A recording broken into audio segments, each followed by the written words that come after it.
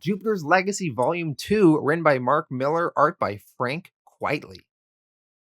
All right, Jupiter's Legacy, the conclusion. We're going to see Brandon and Walter square off against Chloe, Hutch, and Jason and see who comes out victorious. There's going to be lots of new characters introduced in this volume. Perhaps too many new characters. It's hard to keep track of them all. There's going to be some intense superhero battles in this volume with just everybody with these crazy powers going on. It can be a little hard to follow a bit, but hopefully I adequately explain everything and you get what's going on. But yeah, it's going to be a fun volume to see this conclusion. Next week, I'm going to be covering Wanted by Mark Millar. It's not my favorite comic book, but it's very interesting because it's Mark Millar at his most fucked up and weird. And that's what makes it cool. And to contrast that with the differences with the movie is going to be very interesting because for those of you who maybe watched the movie and have not read the book, it's going to be mind-blowing how different it is. Then, 2 weeks after that, I want 2 weeks to work on this next video. I'm going to do a mystery book. I don't want to reveal what that book is at this moment. I want it to be a surprise.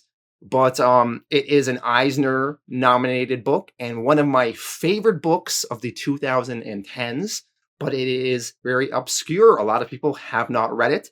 It's definitely going to be a hidden gem, and almost none of you are going to expect me to cover this book, but it's going to be really interesting, and I'm really excited to go through it with you all. This is one I've wanted to do for a really long time. Then I'm going to do Y the Last Man and finally start going through that. Y the Last Man is going to be great. All right, let's dive into the story for Jupiter's Legacy, Volume 2. Issue 1. Chloe, Hutch, and Jason start putting together their team to take down Brandon and Walter.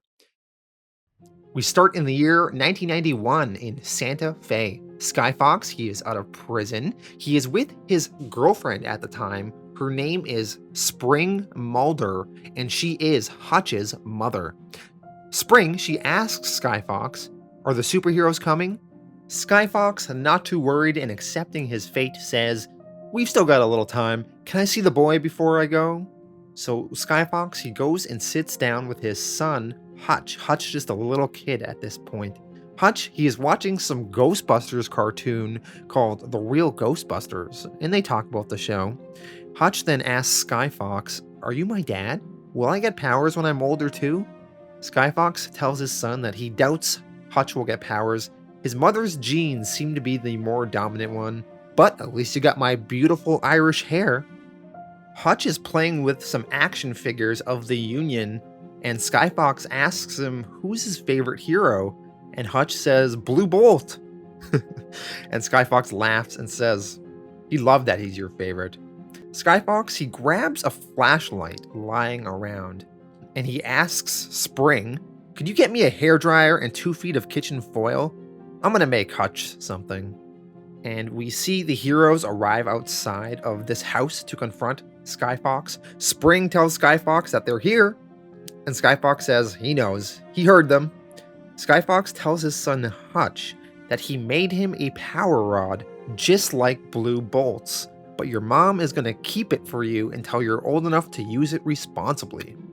And that is how Hutch got his power rod.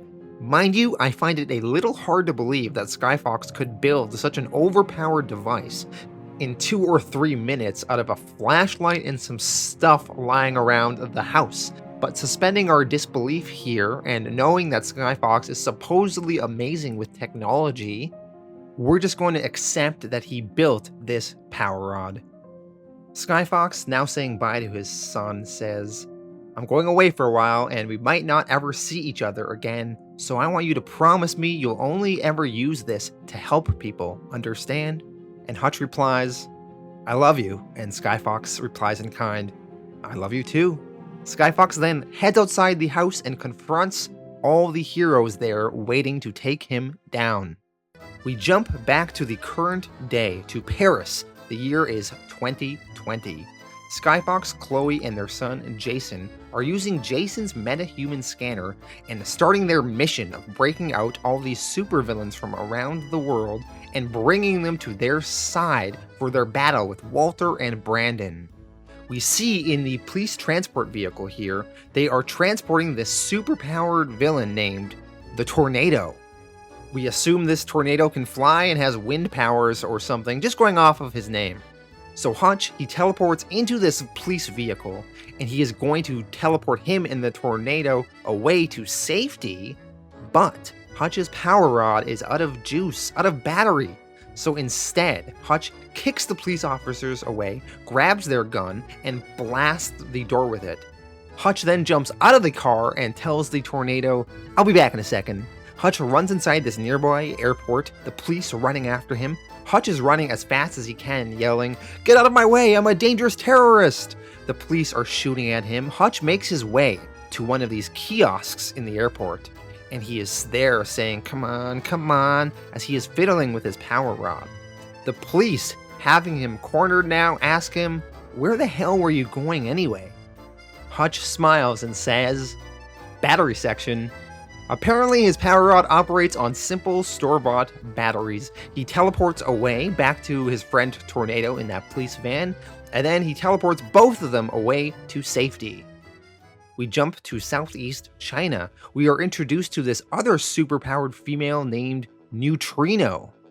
Neutrino has the power to go subatomic in size and ride electron waves across electric currents to anywhere in the world. So she just robbed this bank. She is talking to her girlfriend on the phone who lives in Cape Town, South Africa. The girlfriend's name is Shockwave, and she has the power to create electricity with her hands. So the police are chasing this Neutrino in some sort of high-speed car chase. Neutrino is not worried though. Somehow, Chloe and Jason manage to get inside Neutrino's car she is driving, and they ask her if she wants to join their team. Neutrino, startled, she uses her powers to ride the electrons across the phone signal all the way to her girlfriend in Cape Town, South Africa. Neutrino, she pops out of her girlfriend's cell phone and then returns back to normal size. Neutrino is now panicking and tells her girlfriend that they need to run now. But Chloe shows up moments later and says, "You think I can't outrun a subatomic particle?" Shockwave tries to blast Chloe, but Chloe just puts up a force field protecting herself. And then she tells the two of them, "Now are you guys gonna join my team or what?" We jump to Singapore. Hutch recruits a girl named Light Girl, who is capable of shooting light beams. Chloe recruits a guy named the Wood King in Berlin. He has the ability to control trees and wood, I guess. Hutch then recruits a guy named Automaton in London, who is a robot.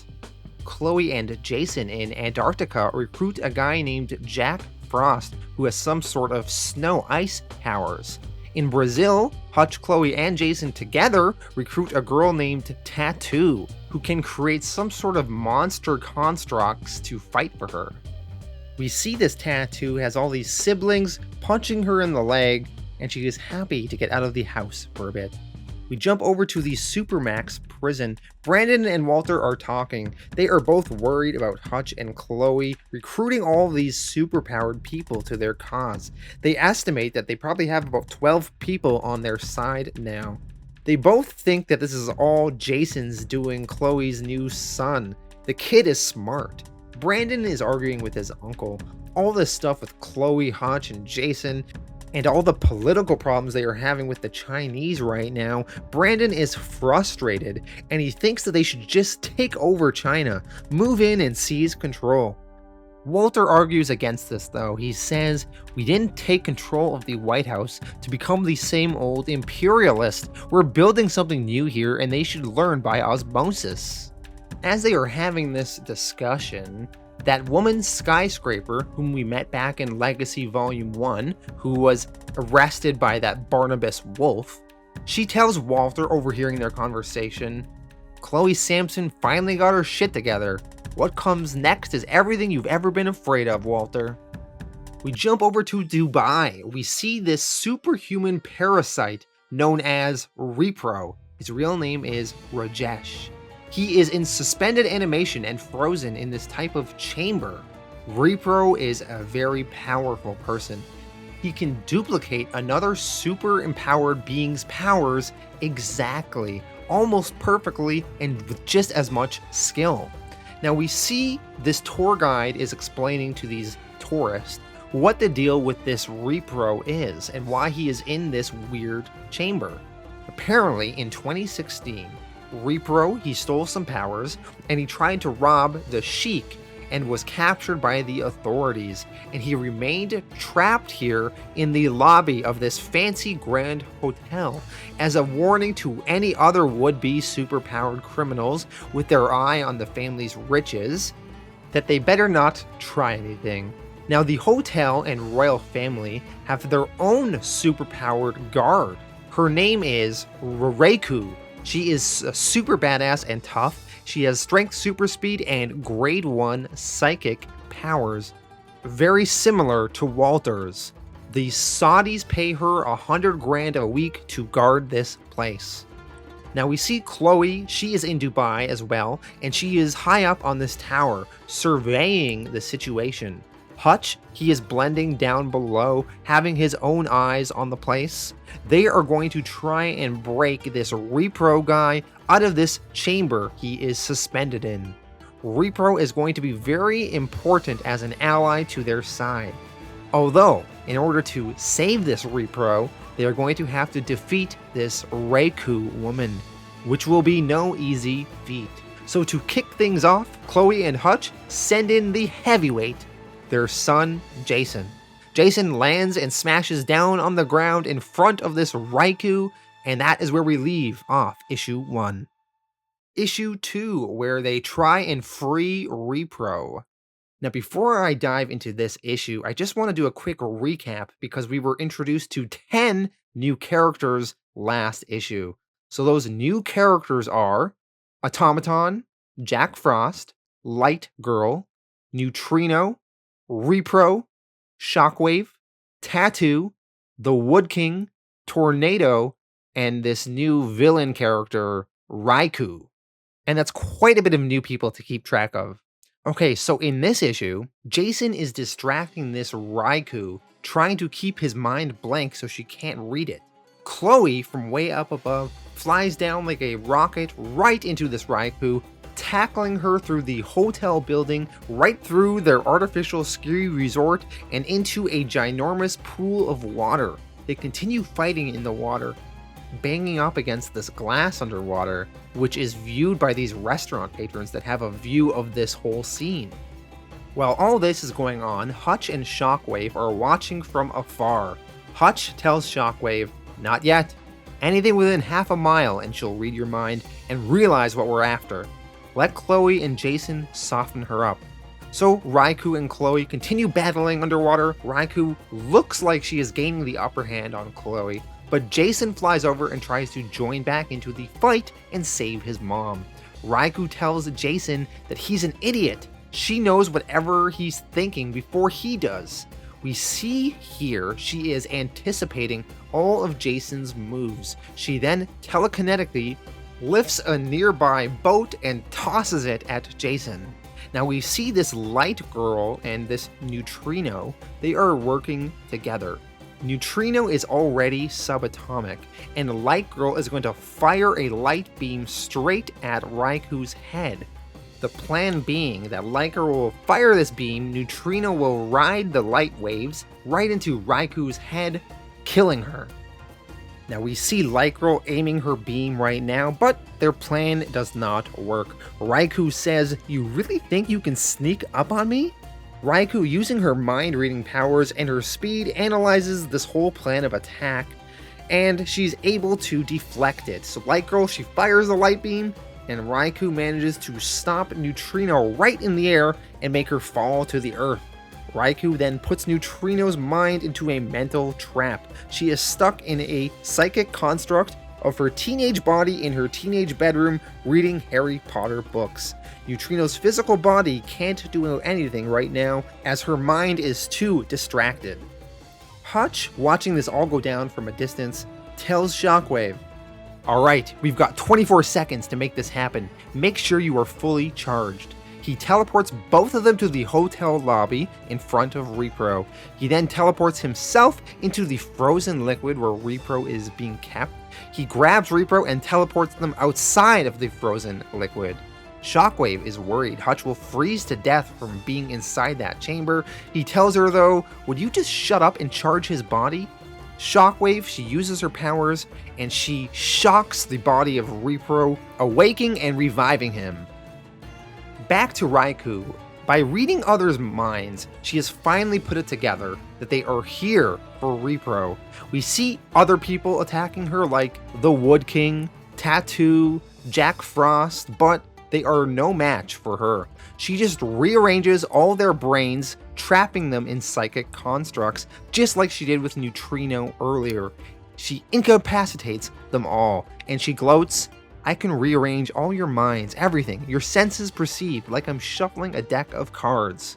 But then, one of Hutch's new recruits, Automaton, attacks her as well, saying, "Oh yeah? Well, what about a robot brain? Because he's a robot and he isn't human, she can't mess with his brain." So he's able to blast her away. We jump back over to Hutch, Shockwave, and Repro. Repro is now awake. He asks, "What the hell's going on?" And Hutch responds, "There's a bad guy a mile away. You need to help us stop her." Back to Raikou. She manages to get up and kick this automaton away. Chloe and Jason rejoin the fight against her. And you might be wondering, why is she so powerful? How is that possible? Well, she starts talking about how the Arabs hired her because they knew who her father was. Nobody ever said it outright, but her mother dropped hints that she was seduced at the Japanese embassy by one of the senior American super people. So it sounds like she's implying that a member of the Union is her father, and based on her power set, we can assume that Walter is the one that is her dad.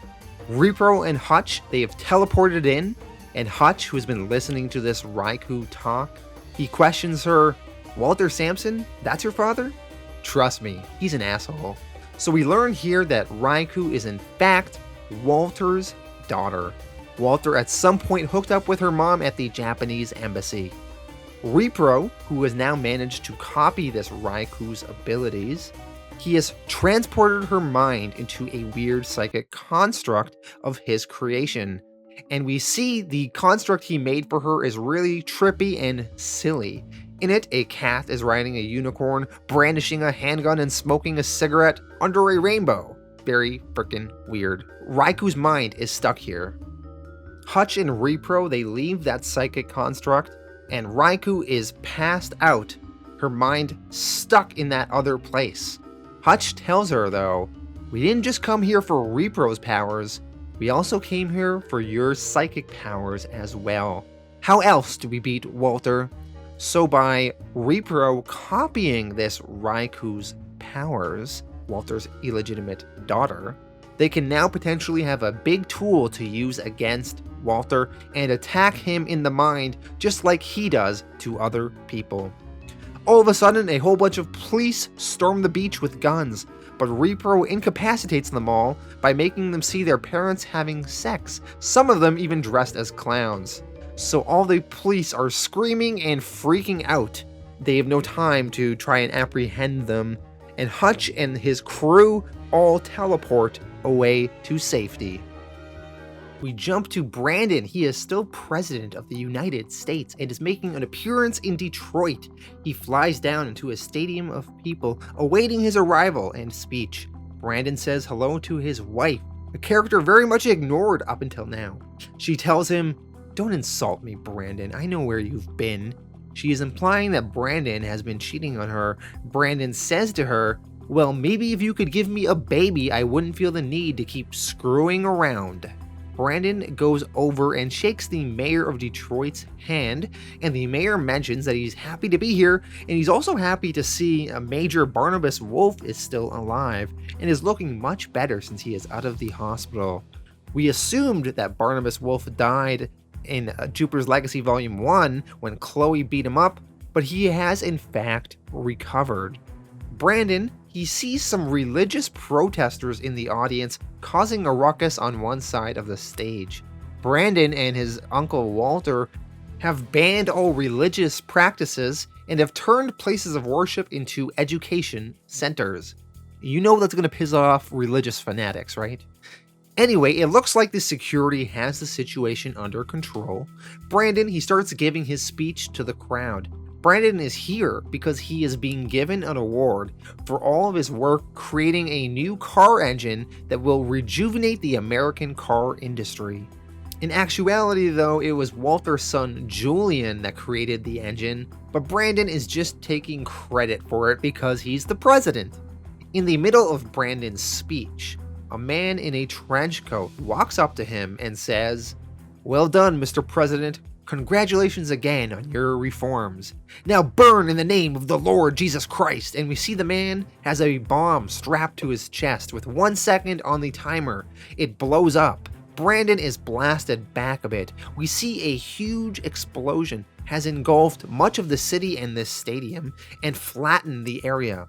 Brandon is fine, as is Walter and Brandon's wife. They've all been protected in these force field barriers. Walter tells Brandon that man was part of some sort of Baptist jihadi alliance. That blast must have taken out 15 blocks. Brandon snaps. He yells, "You do something good and they just tear it down, even when you're trying to help. Gather the team, we're hitting China." And Walter says, "What? China? They had nothing to do with this." And Brandon says he doesn't care.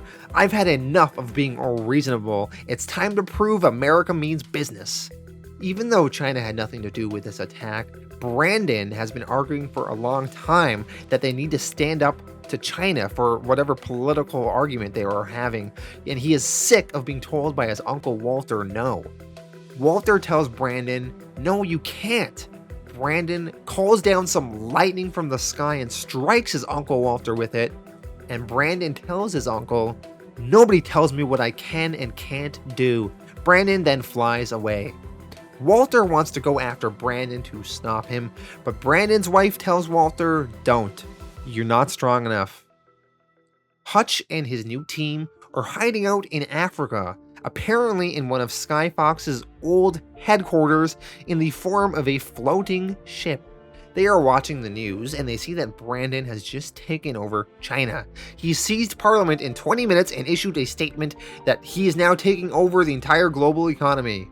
The Wood King says, "Brandon is crazy. What are we gonna do?" And Chloe responds, "Nothing. We hit them, they'll crush us like bugs. We need another 40 or 50 supers before we can consider taking them down."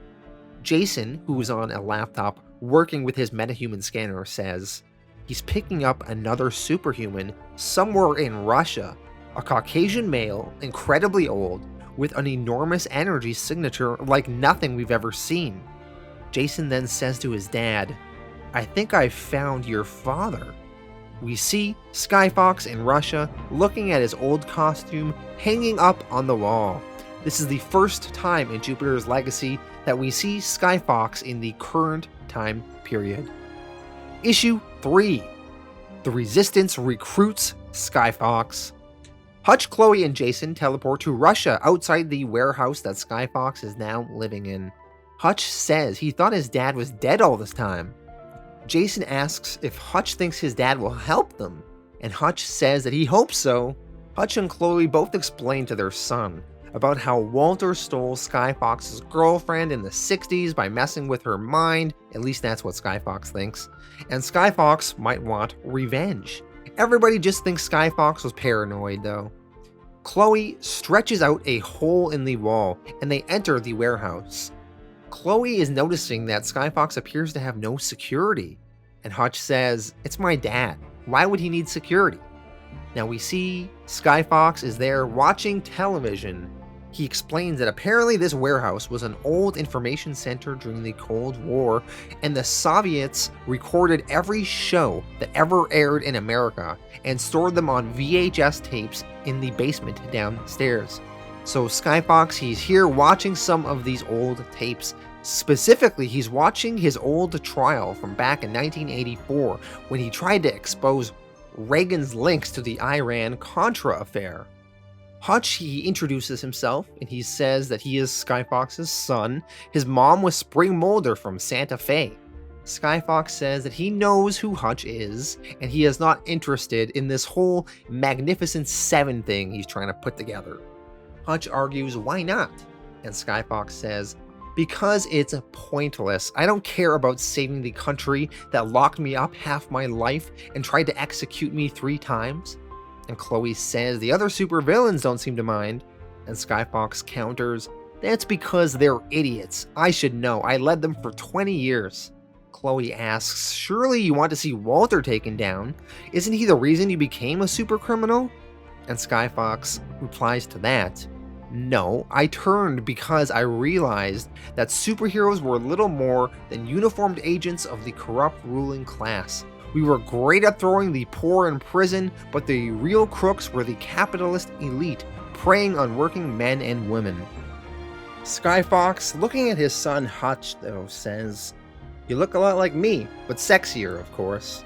Hutch pleads with his dad to help. With him, they could free the entire Supermax and have a real fighting chance against Walter and Brandon. Skyfox is not interested, though. He just wants to play with his old inventions and drink some vodka. He tells Hutch, though, at one time he tried his best to fight the oppression, but America is happiest ruled by liars. Skyfox then tells Hutch about the night that he came to see him, the night that he gave Hutch his power rod. That was the night all the superheroes came to attack him because he tried to break up the banking system. Skyfox says, they beat the crap out of me. It took 100 of them, but they did it. And do you know what the crowds did? These ordinary people that I tried to free from a system that enslaved them? They clapped. They cheered them on while they took me away and locked me in the Supermax. That's when I realized that people were shit, and I'm better off here with my booze and research. Hutch pleads with his dad, saying, please, I've never asked you for anything. And Skyfox replies, very wise. If you want the truth, the people deserve Walter Sampson. Every last one of them. I thought this was some pretty good writing, explaining Skyfox's disillusionment with society. I get his side of things. Why would he really care? He tried to help the people, and they cheered when he got defeated because they are stupid and don't truly know what is in their best interest. Now, while all this discussion is going on, Jason was reading something on a bulletin board that Skyfox had hanging up on the wall, and Jason asks Skyfox, this is the island, right? He's referring to the island where they all got their powers. Jason says, and these are the coordinates? Where the Tesseract opened in 1932? It's fascinating, your theories on what the aliens were actually doing here. They are very close to some of my own conclusions. Skyfox's interest is piqued, and he asks, what are your theories? And Jason says, well, I think they were artificially manipulating the human race, introducing a brand new species to breed with the indigenous culture to create something far stronger. I suspect they're preparing us for a harsher environment, or maybe leaving Earth altogether. Do you think they interfered in the past at earlier stages in human evolution? And Skyfox replies, I'd put money on it. So some interesting theories and some new tidbits of what the mystery with the aliens is. Skyfox tells Jason, you know, you're pretty interesting considering I hate kids. How the hell did that happen? And Jason says back, well, my dad didn't abandon me. Jason taking some shots at Skyfox here. Skyfox, insulted, tells them all, get out. Jason asks, did I touch a nerve? Skyfox, he opens the wall some more and points out, saying, get out before you really piss me off. So Hutch, Chloe, and Jason leave. After this meeting, Hutch thinks back to old memories of his dad. There's not many of them. So we see this memory of his mom talking to him. This is right after he received the power rod. And his mom asks Hutch, why did you say you loved him? And Hutch responded, I don't know. He's a superhero, isn't he? So he told his father he loved him back then. Maybe out of some sort of fatherly respect, or maybe just as a way to honor his dad's superheroics, but his dad certainly didn't spend enough time with him to really earn that love. But yet, still there are some moments of tenderness. Spring, Hutch's mom, responded, well, maybe deep down he is a hero. We see Skyfox holding Hutch when he was just a baby. Spring asks, did you ever think you could be this happy? And Skyfox replied, never. But in the current day, once again, we see Skyfox analyzing his past and his relationship with his son, and now his grandson. And Skyfox comments in reference to Jason, man, that's a massively annoying kid. Back at their hidden African floating ship base, Jason still thinks a prison break on the Supermax is still their best course of action, despite Skyfox not joining them. If they can pull off a successful prison break, their forces will outnumber Walter's 2-1. Jason, he's got a few ideas of how they can maybe pull this off. Chloe and Hutch are talking about the situation. Hutch is saying how dire a positive outcome potentially is. Chloe then says, well, if things are really that bad, I guess I should get on with this. A little trick my dad showed me. Something he made for my mom after rescuing some miners. I've been saving this graphite since the pencil factory. In her hand, she crushes that graphite into a small diamond, and she asks Hutch, if we survive this, will you marry me? Hutch, he smiles and says, I'll think about it. Jason in the other room, he smiles, and he overheard his mom proposing to his dad. All of a sudden though, Skyfox, having a change of heart, he walks through the door of this base, and he tells everyone there to take it easy, just the cavalry arriving. Come on, like anyone surprised I came? Especially you, guilt trip. He's pointing to Jason as he says this. Hutch and Chloe run in, excited to see Skyfox arrive, and they ask him what changed your mind, and Skyfox says, I just remembered how much I hated Walter, and how this was probably my last chance to strangle the prick. Skyfox then asks Jack Frost, what have you done to my ship, Jack? Where's the big meeting table with the very expensive 3D projector? And Jack says, I sold it on eBay years ago, boss. And Skyfox replies to this, well, we can't stand around strategizing without a cool 3D image of the building we're about to raid. Gather close, little ones, it's time for Daddy Bear to run through the plan. He then uses his telekinesis to take out some electronic parts from the bottom of the ship, and he creates a whole 3D projector table within minutes. And Jack Frost asks, how are we going to get past the Supermax's security? There are like 5,000 guards and technology beyond anything you've ever faced in the old days. And then Skyfox replies coolly, smoking a cigarette, the plan couldn't be simpler, brother. We're just going to kick the living shit out of them. Issue 4. The battle begins. Walter is meeting with his son, Jules. Walter, talking about Brandon, says, he has to go. The second we find Chloe, I want Brandon dead. Jules tells his dad that he found this machine crushed up on the moon. It's a metahuman scanner, probably built by Chloe's boy. Walter asks Jules if he thinks he can fix it, and Jules says he can fix anything.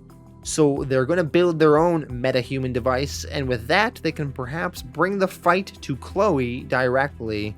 We jump over to Skyfox's flying ship headquarters. It is now flying above Florida. It is cloaked and invisible. Skyfox and Hutch are talking, and Hutch says, I just hope we can fight in these street clothes. My jeans are kinda tight, which is hard for kicking. And Skyfox comments about how costumes are much better because you know who you're hitting when you're wearing them. They then jump to a more serious discussion. Hutch asks his dad why he came back, and Skyfox says, you've got a son, you know the answer to that. Skyfox, he says to his son, just promise me when we've beaten these guys, we're going to create a different kind of country. I didn't come back for the celebrity selfies and endless wars and half the country living below the poverty line. And Hutch asks, so, do you think I've done okay in life? And we see a shot of a smiling Jason and Chloe somewhere else, and then Skyfox says to his son, I think you're exactly the kind of man I always wanted to be, a good father. Hutch says to his dad, Thanks. Skyfox then joking replies, shouldn't we hug or something now? All of a sudden though, Brandon flies right through Skyfox's ship headquarters, causing explosions everywhere.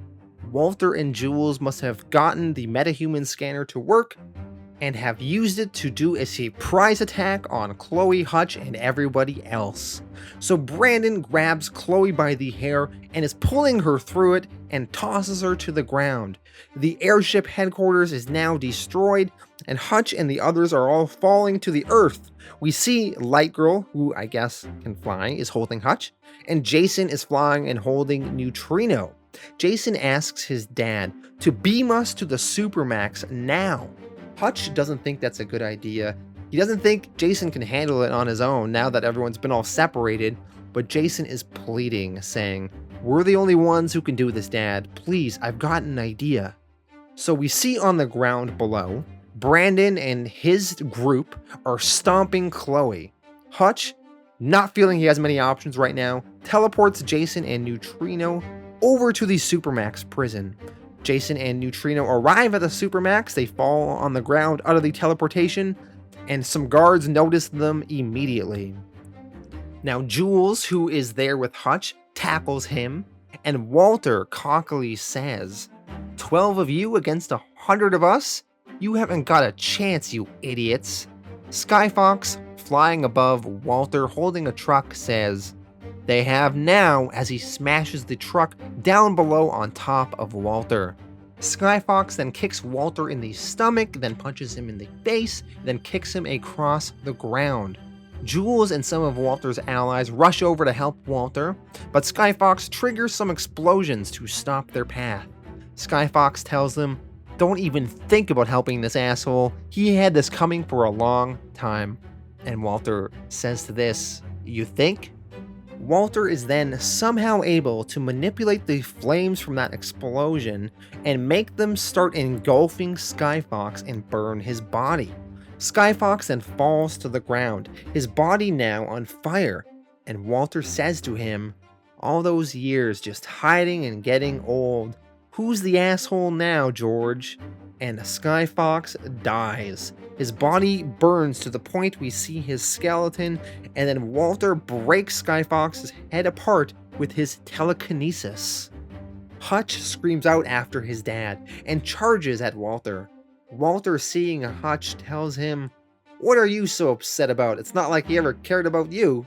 Oh, I get it. You're trying to be all superhero now these days. Well, here's your first big rescue.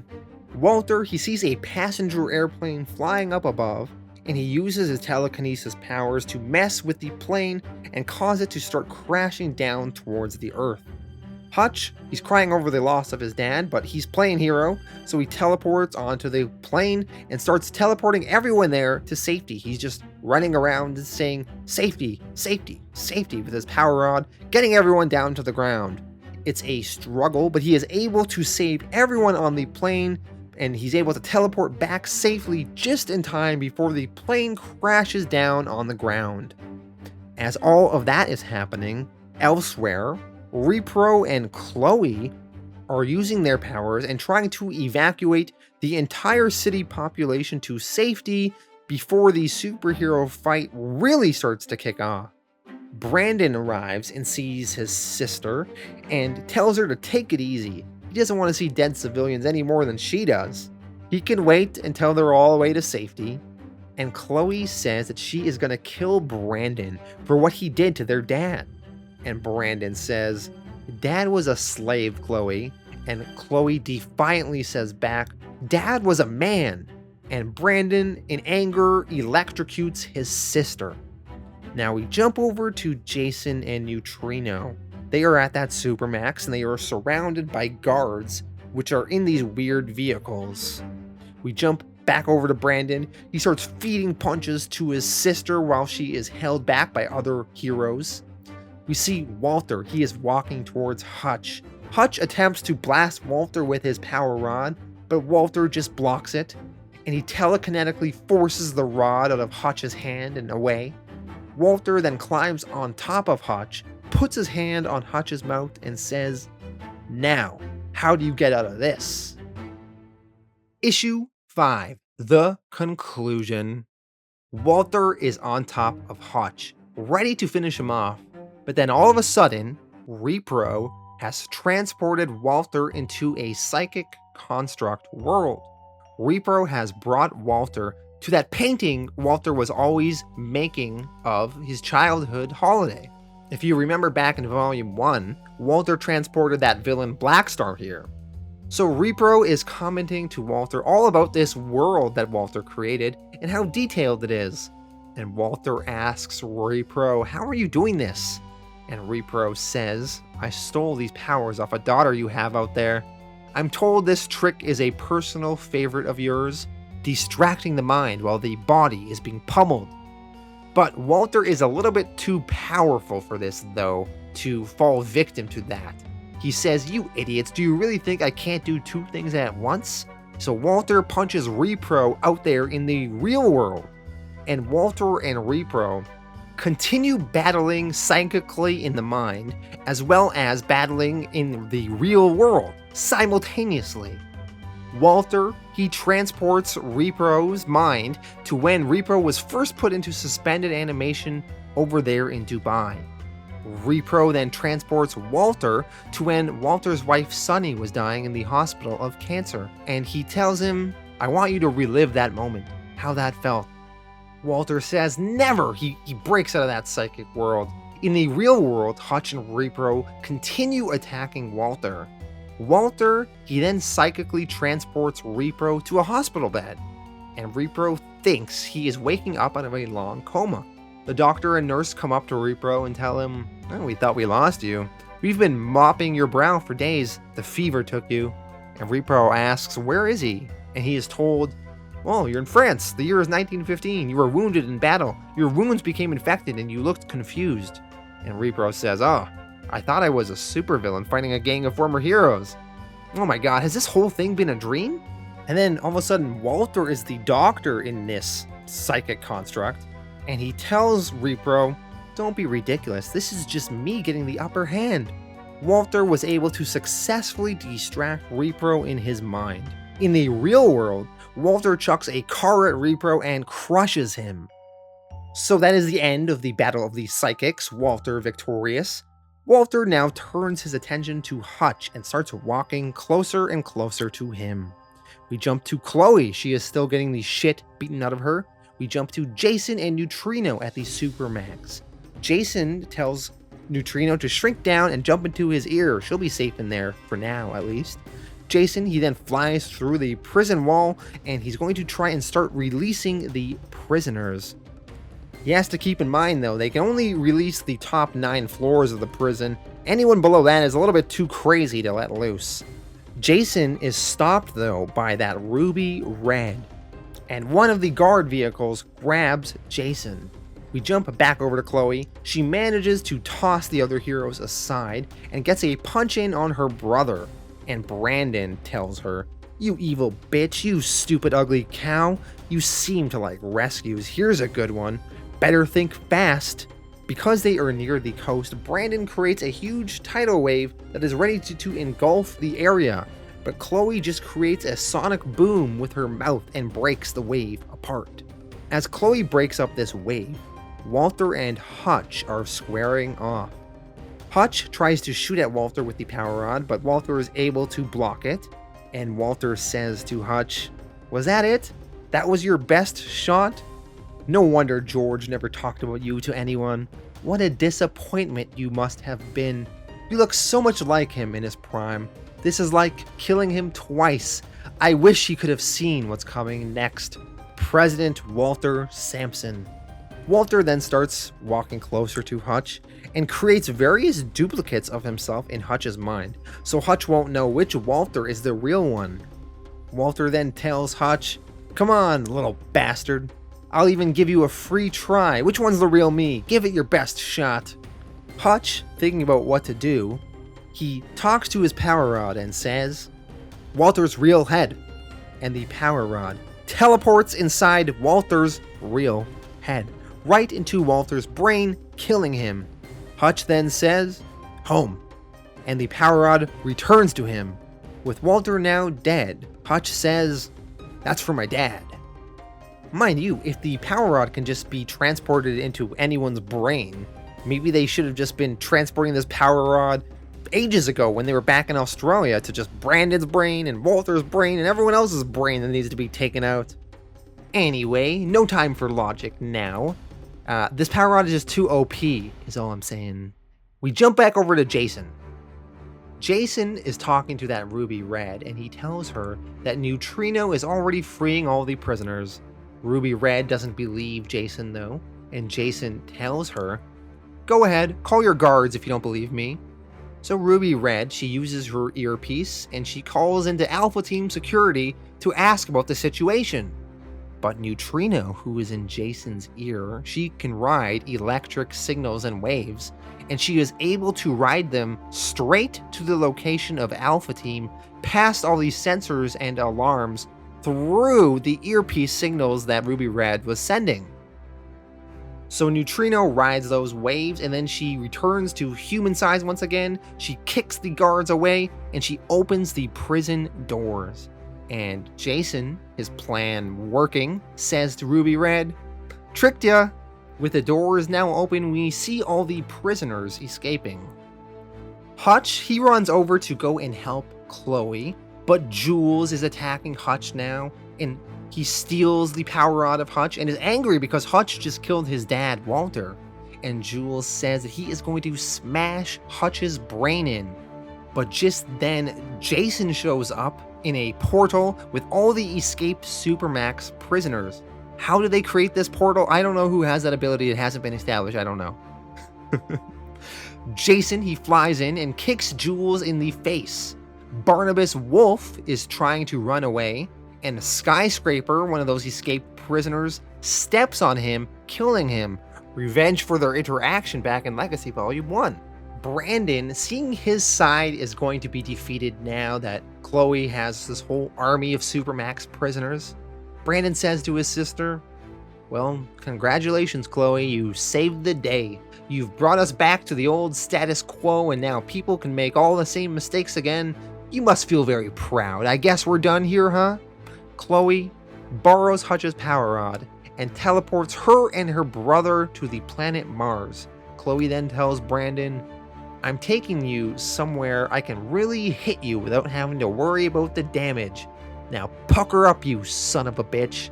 And she punches Brandon so hard that even from the Earth you can see some of that action going on in Mars.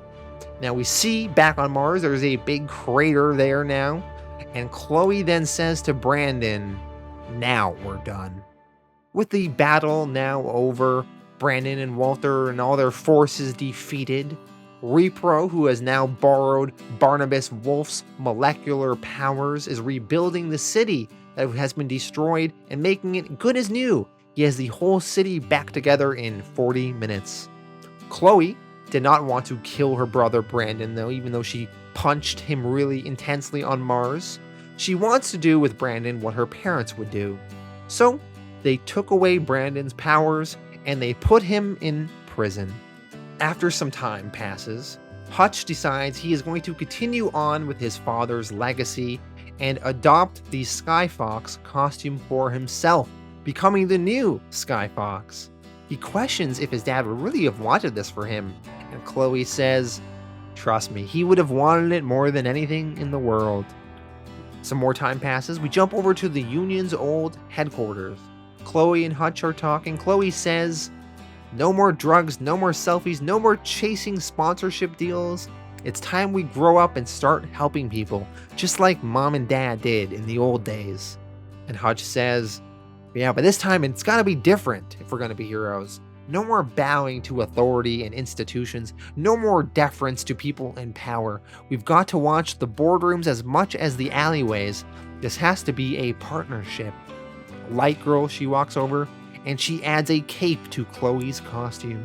Chloe is going to carry on her mother's legacy as Lady Liberty. Chloe walks in front of a crowd of supporters and says, "We're here to help, carry on our parents' work, and inspire mankind by providing the best possible example. There is a dignity to public service, We mistook for old-fashioned and humility in having a secret identity living among the people we protect.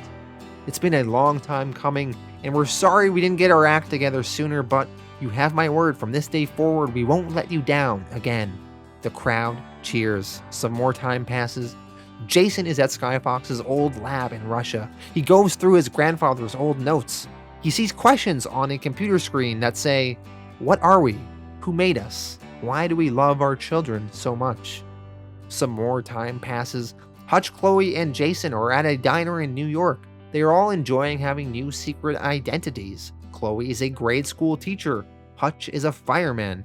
Jason is thinking of maybe his alter ego having a limp. That way, it makes it even less likely people will think he's the new utopian. They walk outside the diner, and Chloe and Hutch comment about how fulfilled they are now doing good, and how much fun they are having being heroes and springing into action at a moment's notice. And this is why Chloe's mom and dad must have always been so happy, she theorizes. And Hutch says, "Is this what our lives were missing before, being useful to other people?" And Chloe responds, "It's the secret of the universe, sweetheart. Why else would we be here?" And with that is the end of Volume 2. We see there is a tease for Jupiter's Requiem down below. It says the start date of 2019, although 2019 has come and gone, and Jupiter's Requiem did not come out. But Millar is supposedly just starting to get to it now, but who knows when that will be done. All right, so that was the conclusion of Jupiter's Legacy. On the whole, I think this was a satisfying conclusion. Lots of resolution. Skyfox meeting his son Hutch and them spending some time together, working things out. The bad guys getting their comeuppance, Walter getting killed, Brandon being thrown in jail, and the good guys win in the end, and that's a happy ending and a hopeful ending that we can all feel good about. So I enjoyed all of that stuff. I thought the artwork was better by Frank Quitely in this volume. The battles were more intricate and really well laid out, so I did like that more. I do have some nitpicky things in this volume, little things that did bother me. So once again, I still feel it was told a little bit too fast. I would have liked a little bit more character development and getting to know some of these characters a little bit more before we kill them off. I felt there was too many new characters and they have too many intricate powers, and you're really hard to keep track of that all. And I also felt in the battle between Skyfox and Walter, I didn't like the way Skyfox got killed. Walter, he was just able to control these flames somehow and make them engulf Skyfox, and then he burns to death in that. I don't know how Skyfox wasn't able to withstand that. He can withstand so much, he's so powerful, and these flames are what do him in the end. So I was a little bit disappointed in that. I felt the power rod was too overpowered. Hutch just being able to teleport it into Walter's head. Like I said in the video earlier, couldn't he just teleport that rod into anyone's head now that he needed to be killed? So that was a little bit too much for me. Now, there are some overall unanswered questions in Jupiter's Legacy that are kind of disappointing. We don't have a confirmed answer yet. Now, I know there's a potential sequel, Jupiter's Requiem, that maybe this stuff will be answered in, but I would have liked some of that to be resolved by now. So some of these questions are, one, how are there so many people with superpowers? So we're led to believe that the original 6 members of the Union were the only people that got these powers. Yet, we see now in 2020, there are hundreds or maybe even 1,000 people with superpowers. How did they all come from those 6 original people? Blue Bolt was gay. He wasn't having any offspring. Fitz had a few kids. Sheldon and Grace only had the 2 kids. Walter maybe had a couple kids. And Skyfox had 1 kid that we know of. How are there so many heroes, right? It just doesn't make sense. What happened to Blue Bolt and the Flare? They're big characters in Jupiter's Circle, supposedly very important. How come we don't see them at all in Jupiter's Legacy or their kids? Because they're so important characters, I would like to know how they feel about Sheldon and how they feel about Walter and that whole situation. And they really could have added a lot of interesting plot points to Jupiter's Legacy. So I think that's a big misstep to not deal with those characters. What's the deal with that device that Sheldon found on the moon of Jupiter? That weird device that we saw in Jupiter's circle. Maybe that will be answered later, but I would like to know what that is. What is the deal with the aliens? We got a little bit more information in this volume about what their potential goals were, but not the full explanation. But overall, I enjoyed this volume. Just some of those nitpicky issues bother me a bit. So I'm going to give this volume a 7.5 out of 10. Thank you all for watching, and I will be back next week with Wanted, and we can see how messed up that book is and see Mark Millar at his edgiest.